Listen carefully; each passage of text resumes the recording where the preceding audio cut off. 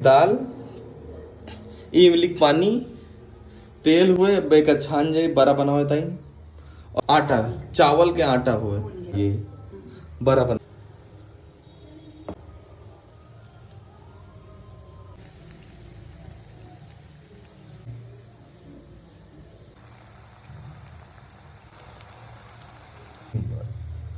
हो